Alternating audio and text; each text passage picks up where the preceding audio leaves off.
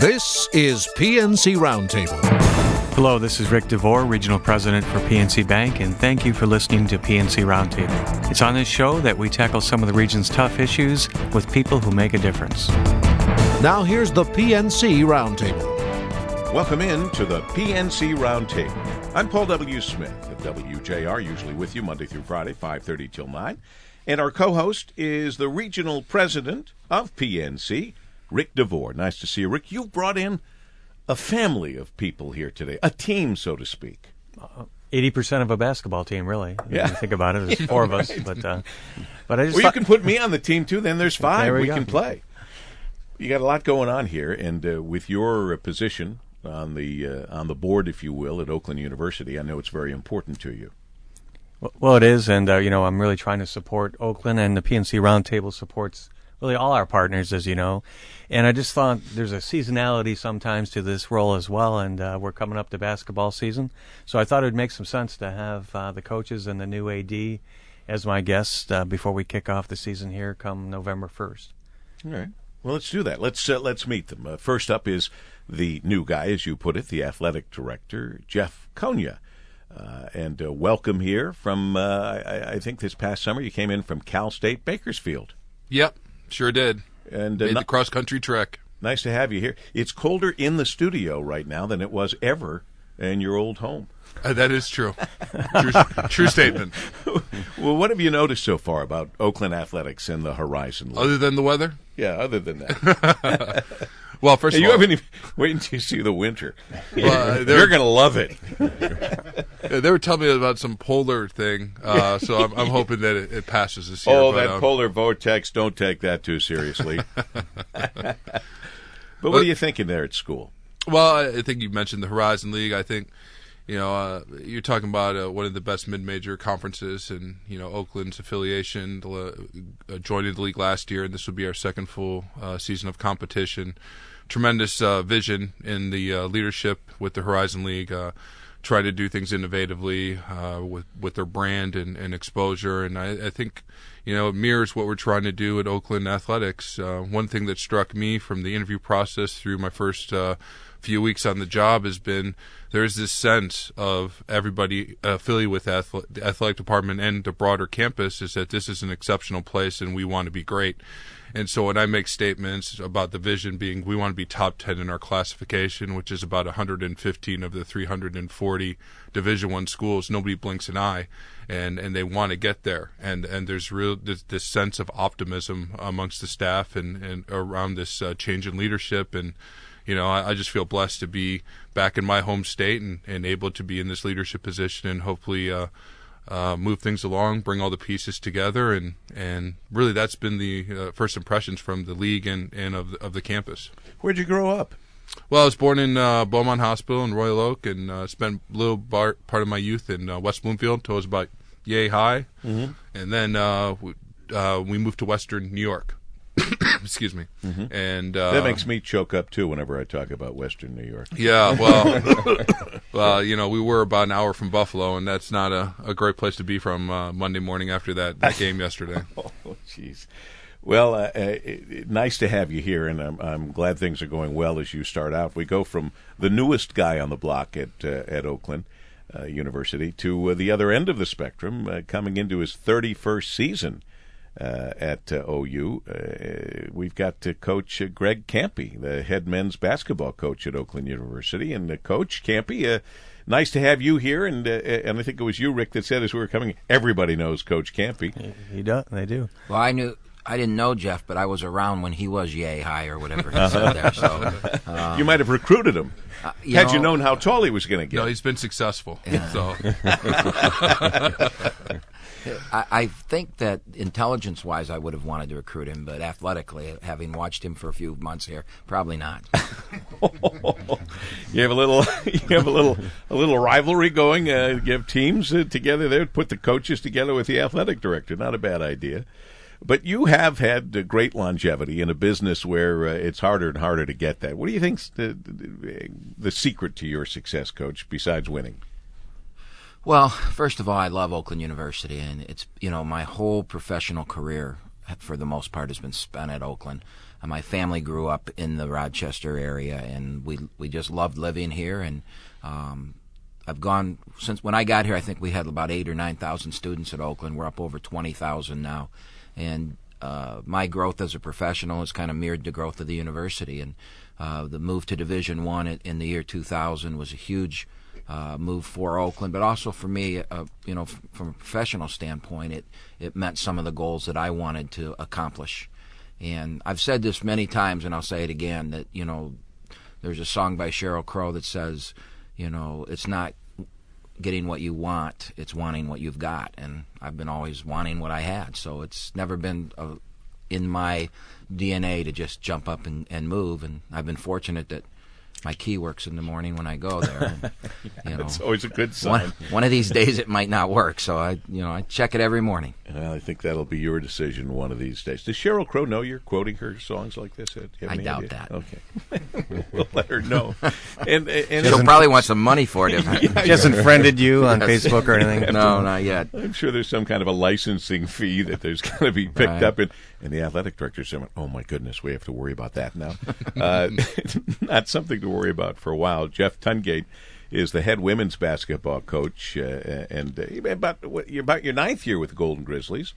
And I'm actually an Oakland University graduate. I graduated in 1993 from Oakland University, so I was around back when Coach Kampe was much younger and started his career at Oakland. So, isn't that nice, though, to come back home, come back to your school and work? I always thought that'd be a great thing to do. Yeah, I'm very lucky. Not many people get a chance to coach at their alma mater, and I'm very fortunate to be able to do that. Yeah, well, that's great. Well, we've got some great coaches here, and the athletic director, too. And things are going well at Oakland University. We featured them a couple of times now, and for good reason. Had President Hyde on. He was great. The new president. You guys all like him? You can say yes or no here if you. Oh yeah. Yeah. Okay. What was that question? Whoa. What's his name? But he seems like a very sharp guy. And I'd be excited. I'm excited for the university. I know Ric DeVore. You are, from being on the search committee. Yeah, I think I'm probably, except for him, the happiest guy to see him. Just from, we did a very thorough search, and, I'm real pleased with the direction the university's going under his leadership. He's enthusiastic. He's an outward-facing guy, and that's what I think we need at this time. So he's excited about being a D1 school, like Coach Kampe said. He's excited about that. College of Charleston has made the tournament a few times, as you know, and so I think he's pretty excited to be at a good school and a bigger school. I think he's a little more concerned about this polar vortex than you are, Jeff. Yeah, I'm all right. His wife is a little concerned about the weather. But I want to hear a little bit about some of the excitement that closed out the month of September for Oakland University, as Oakland and Detroit have branded an annual rivalry called the Metro Series, driven by Trinity Transportation. Can you tell us a little bit about that? I think I'll go to the AD here. Jeff, can you do that?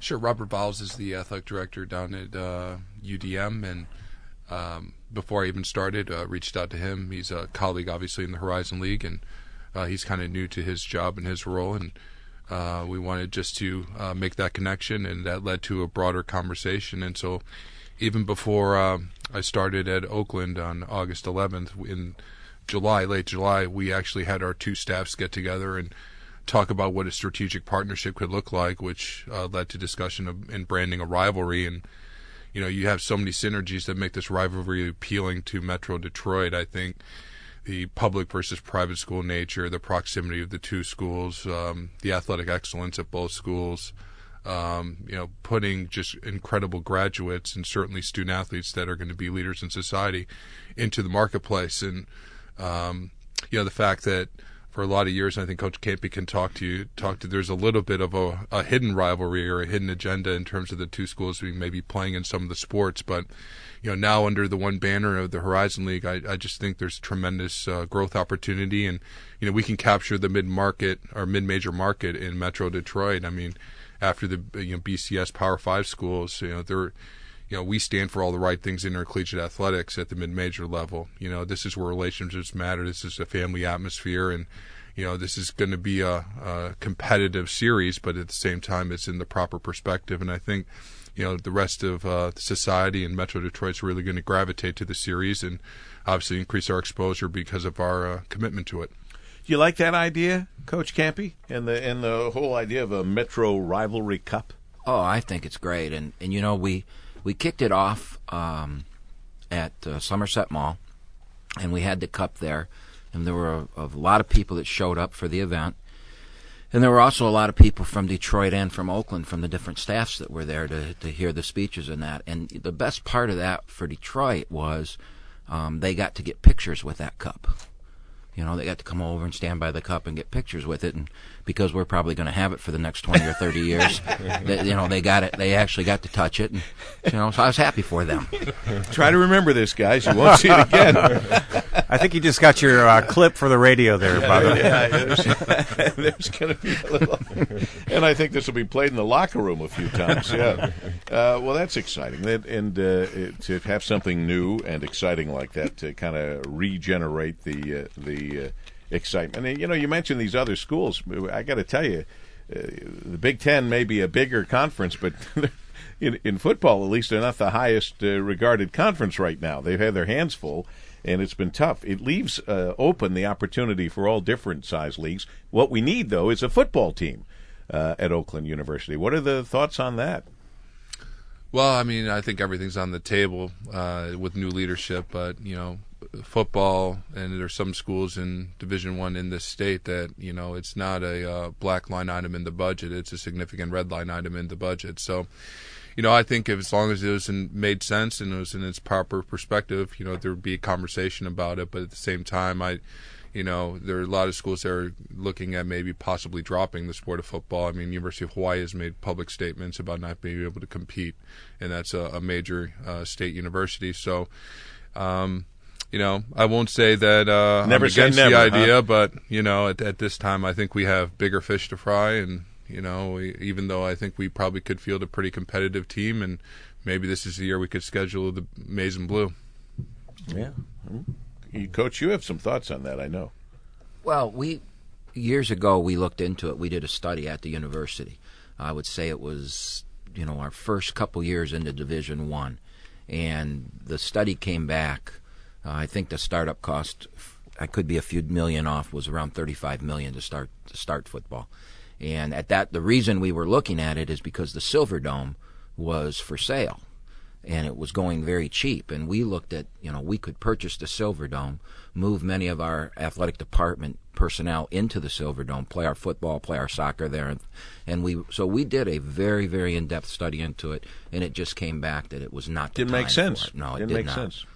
No. Well, that was wise. You had a pretty good summer, although you lost a little something during the summer, from what I'm told. I lost a lot of little something. I just got to make sure I don't get it back. That's Well, what did you lose? How much? I lost 52 pounds. Oh, my. So, yeah. See, this is the first time we've met, so I wasn't aware of that. Well, so when we talked on the phone, I sounded thin? Yes. Oh, good. You always sounded tall and thin and handsome. Yeah. So most of that was right.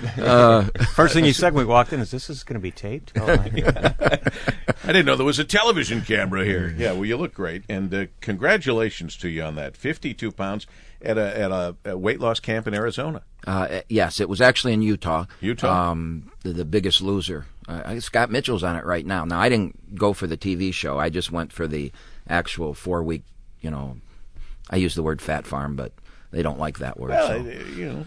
But I learned that I have fat, that I'm not fat. You know, that was the big thing they told me out there. So it was kind of an interesting 4 weeks, but it was really well worth it. And health-wise, I feel good and just you happy. You look good. I had no idea you lost 52 pounds. So is it difficult on a daily basis? Are you hungry all the time, or did you get past all of that? I'm hungry every minute of So every am I. day, always. So am I. It's you never get past it. You know, it's for me, it's almost like you have cravings like everyone, but you know, I say it's kind of food's always been an addiction to me. I love to cook. I love to eat. And, you know, in most addictions, you can stay away from it, but you can't stay away from food. You have to eat. So you can never just go cold turkey on food. So it's a tough thing. It's a battle every day. But, you know, I got to learn to proportion control. Yeah. I've heard that, too. Appreciate that. And I'm not going to Utah, but in fact, I'm just going to keep asking you questions till I get everything you got from Utah. But congratulations. 52 pounds is fabulous. Pretty good summer. For you, Coach Tungate, I'm kind of interested in this idea that you got the team together for this kind of motivational guy, this John Gordon, that you wanted the kids to read the book and then come together for like a seminar or something. What was that? Yeah, we took our team this summer to Crystal Mountain for 3 days for a leadership retreat. And the one thing that I always tell our players, that anyone can go to college and receive a degree, but not everyone can go to college to get an education. And we want our players to be able to leave with that education. And I heard a stat a while ago that 46% of all college graduates never read another book the rest of their life. And so we want to make sure that we prepare our players to be successful for the rest of their life. So every summer we assign a book, and this summer we had our players read Training Camp by John Gordon. And in that book it talks about the 11 steps of what it takes to lead a successful life. And what we've done is we've put together a game plan for life for our players. And I know, this is coach speak, but their career is going to end someday. And we want to make sure that they're prepared for the rest of their life. And so we spent this summer to make sure they come up with that game plan for life. And I'll meet with our players individually once every 2 weeks, and they'll bring in their notes from that. And we've put together a game plan for them that we're going to see it through to make sure that when they leave Oakland University, they have the education they need to go out in the real world and be successful. Coach Tungate, that sounds like a great a book that our listeners to our PNC Roundtable might want to pick up in any aspect of life. It sounds like that would be very, very helpful. I'm not that familiar with John Gordon, but obviously he's made a name for himself. Yeah, he's an outstanding, not just motivational speaker, but author. He's written many, many books. I was fortunate enough a year ago to have a chance to speak at a leadership conference with him where I first got to meet him.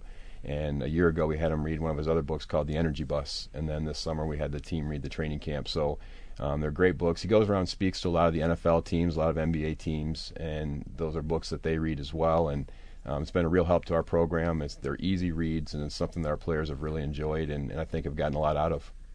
Rick, it's got to make you feel proud in your position on the board there to see these three guys and the other people, the new president, the other people that you've been involved with at Oakland University. And you think of athletically, socially, academically, it all really, they all come together and they really are concerned about the kids and their well-being. No, and it's really important if you think of, I think we all know there's the education, i.e. the book part, right? But then there's the other education in college, and that's, I think, what Jeff is getting at. And as a matter of fact, just for future recruiting purposes, 63% of the college freshmen this year are women. And if you start thinking about that for just a second, we have 200,000 businesses in the state that are owned by women, majority owned. And so I think it's really important to get students, male and female, ready for life after college. And I think a lot of people, even in a lot of the sports, they think it's always going to be about sports, but there's very few that actually make it to that next level. Just like in high school, there's very few that make it to this level. So I think it's really important, and I think that lifelong learning journey starts after college, right? It never ends. I think a lot of kids think, I'm done now. I don't think so. Well, that was kind of a jarring statistic that Coach Jeff Tungate had, the head women's basketball coach at Oakland University. How few of us after college read another book. And I read a lot of books or little bits and pieces of books because I have to interview people. But it takes me away from time of just recreational reading, which I used to enjoy very, very much. And I suspect I'm not alone. I suspect a lot of people have homework every night with their jobs, and they're always reading things that are related to their jobs. But it's so good and so helpful to read any number of other self-help books. We can learn a lot from them. So when somebody comes up with one that's important enough to tell their kids about, I'm going to say it again, John Gordon's Training Camp. That is something that I'm certainly going to look for after the program and to try to pick up and try to read because reading, as they say, is fundamental, but it falls by the wayside when we get very, very busy with our jobs. Mm-hmm. We read a lot of other things that are not quite the same. Coach Kampe, when we think about tough schedules, and in all of college basketball, you seem to have year after year, I'm told by our sports guys, Steve Courtney, for example, that you guys have one of the toughest schedules anywhere. Virtually every game could be an NCAA tournament opponent. Tell me, and our PNC Roundtable listeners, just how you do this, how you go through that, how it gets you ready for the Horizon League play and the new Metro Series and the rivalry. Well, there's multiple reasons we do it, and it's become our tradition to do that. And people, when they talk about us, they say, "Oh yeah, that's the school that plays everybody." And it started with when we made the jump to Division I. We had to come up with Oakland University. At that time, when we went around and talked to people, they thought we were from California. They did that. Sure, go out that's what the new president said. He goes, "I'm going to Oakland University." Whereabouts? Oh, in California. Good. Yeah. He had to explain that wasn't the case. We had to have a strong strategy to not only get our name out there, but to be able to recruit the quality athletes. Because one of the things my dad told me when I was a young coach and I thought I was a really good coach, my dad said to me, "A mule's never won the Kentucky Derby. And you can coach all you want, but if you don't have good players, you're not going to win anything." And so when we made that jump to Division I, we realized that we now have to go out and we have to get a very high quality of player. And how are you going to do that? So we came up with a strategy, and there were three prongs to our fork at that time, and one of the prongs was scheduling. And we boasted that we would play anybody anywhere, and then we had to do it. Now, the reason we decided to do that, number one, is we didn't think we were going to win a lot of games in those days when we first went to Division I. So let's lose to the best teams so that we're not losing to bad teams, and then everybody's going, "What's going on?" And they expected you to lose. So that was the thinking in the round table at that time. It turned out that we got pretty good pretty fast, so that really wasn't an issue. But that was really on the plate when we were sitting there talking. The second part of that was, financially, we can make a lot of money doing that, and then the basketball program will make money, and then my bosses will be happy. I just saw Jeff's ears pop up. He sat up straight. He goes, "Oh, good job, Coach." Yeah, because last year, or I'm not sure the statistic from last year, but traditionally only about 100 to 125 schools in the country make money from their basketball program, and consistently we've been in that group that have made money. And then the third thing was, this is who kids want to play. And when we first started in Division I, we really hit Michigan hard. That was our base of recruiting. And all those kids wanted to believe that they were good enough to play at Michigan or Michigan State.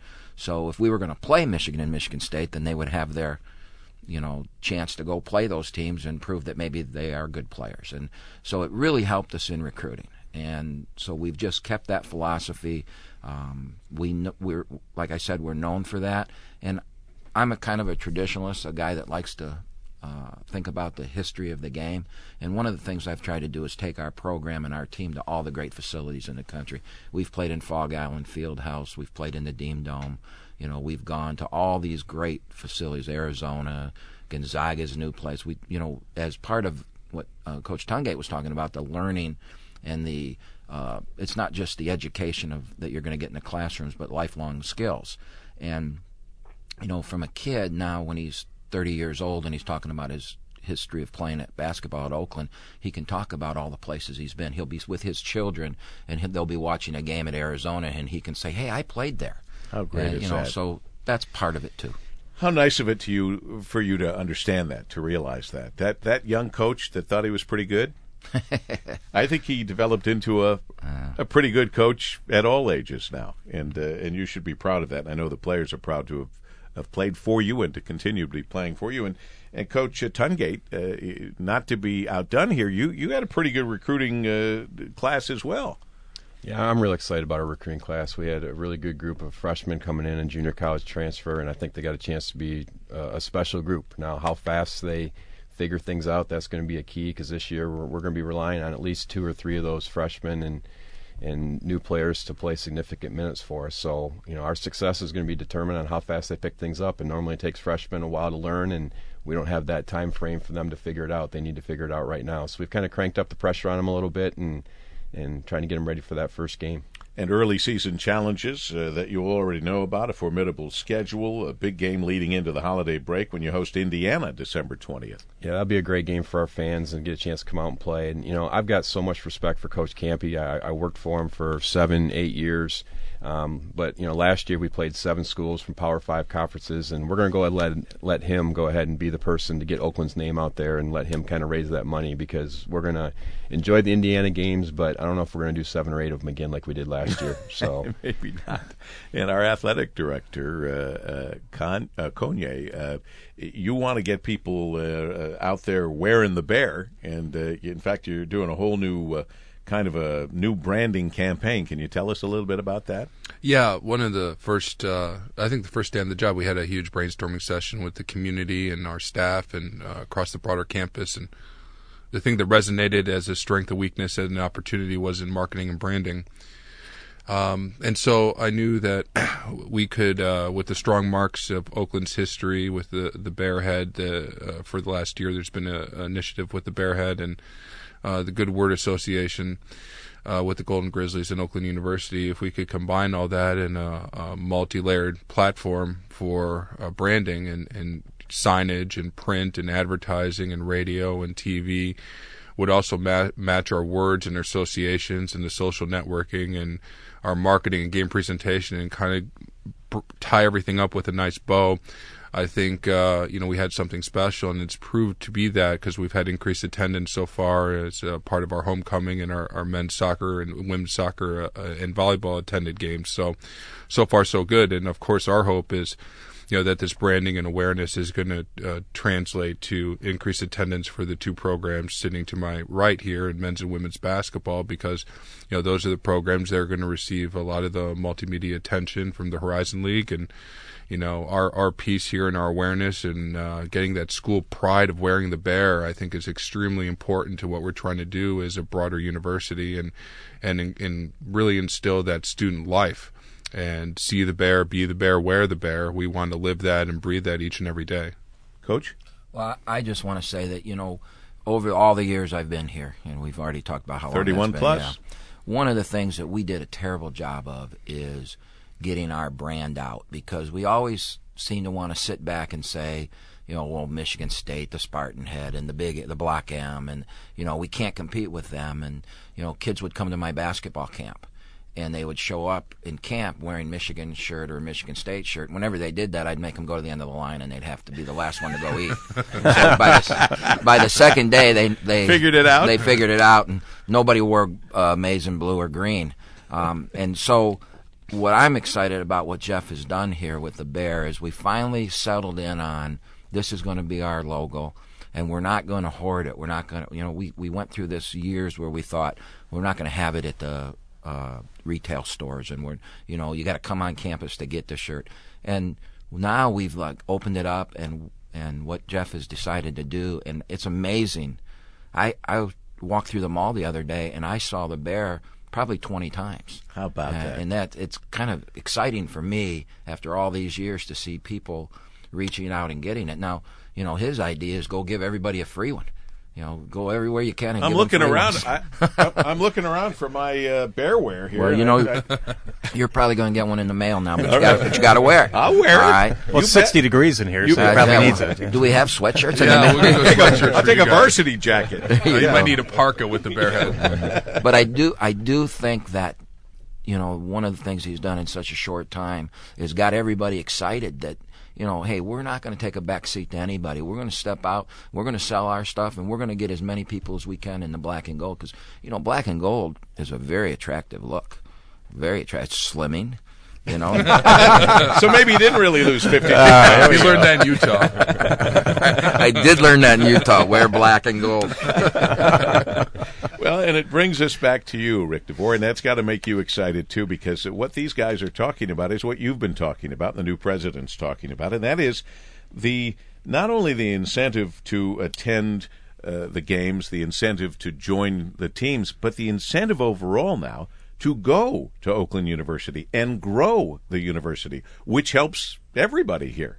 No, it really does. And I think the university, I've talked about this with George, I think we're at that proverbial Y in the road. Now, instead of just adding students, we need to, I think, elevate our game in basketball parlance, if you will. And I think we have the right pieces in place, a new provost and Jim Lentini, a new president.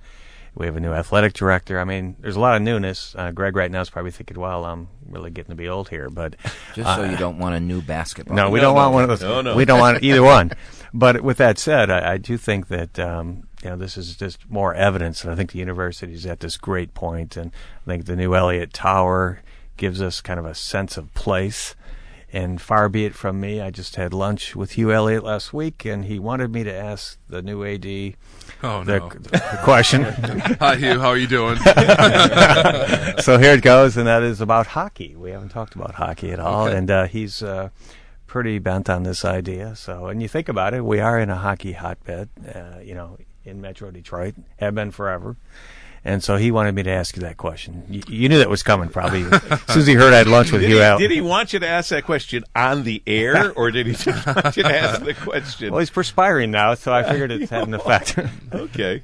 What about hockey? Well, I think just like football, I think, everything's on the table. I would say that sport's probably a little more realistic just because of a cost analysis. And, if you do your due diligence and you say, Metro Detroit is hockey town, which, I'm going to the Red Wings game on Thursday, so I hope it is.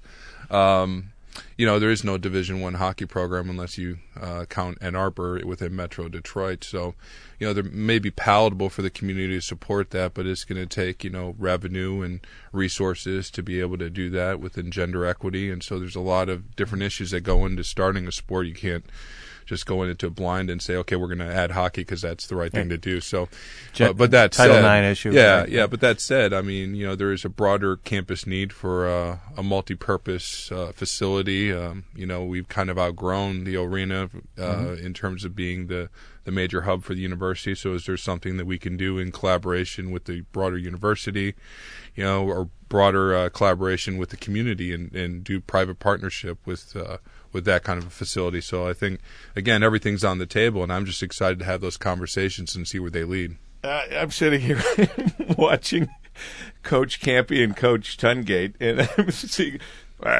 what's wrong with basketball? I think having just basketball is pretty good. Well, we did a hockey study also when they built the Onyx, which is a hockey rink in Rochester. There was a lot of talk of how many, putting in 3,000 seats into the Onyx. And would Oakland, they actually came to us, would Oakland start a team? And I think it was a very similar time that Wayne State was starting their hockey program.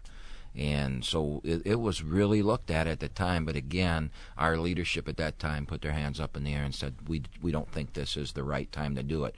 But I do believe that they left the window open. The meeting I was in anyways years ago left the window open that if we do go forward, definitely hockey over football was Right. In that order. Right. Yeah.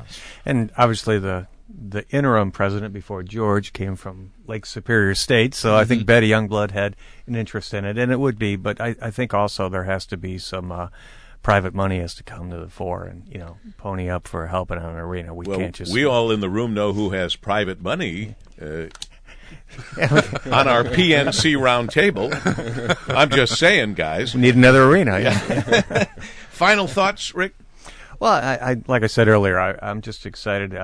First of all, basketball season's around the corner, so it's always good to get these guys out. I'm sure they're out and about a lot right now. But also, I do think that, this is a good example of tradition in Coach Kampe, and we have a new traditions in women's basketball with Jeff.